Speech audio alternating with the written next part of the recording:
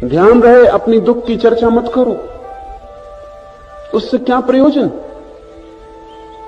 सुख की चर्चा के लिए नहीं कह रहा हूं, लेकिन अपने सुख को प्रकट करो।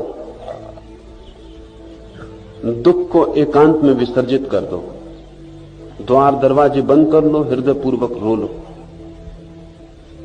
चीख लो, चिल्ला लो, लेकिन दूसरे के पास जाके दुख की चर्चा मत करो, क्योंकि न तो तुम दूसरे के सुख में सहयोगी हो रहे हो, तुम उसे भी दुखी कर रहे हो। इसलिए दुख की चर्चा करने वाले पर हम सहानुभूति कितनी ही बताएं, लेकिन उस आदमी से हम बचना चाहते हैं। वो न मिले तो अच्छा, क्योंकि वो अपने दुख की तरंगें हम तक भी पहुंचा देता है। और अगर हम उसके दुख की चर्चा सुनते भी हैं तो इसी आशा में कि वो चुप हो जाए तो हम अपने दुख की चर्चा उसको सुनाएं। ऐसा दुख का लेन देन चलता रहे। दुख की बात ही बंद कर दो। दुख तुम्हारा निजी है, उसे तुम निज में ही भोग लो।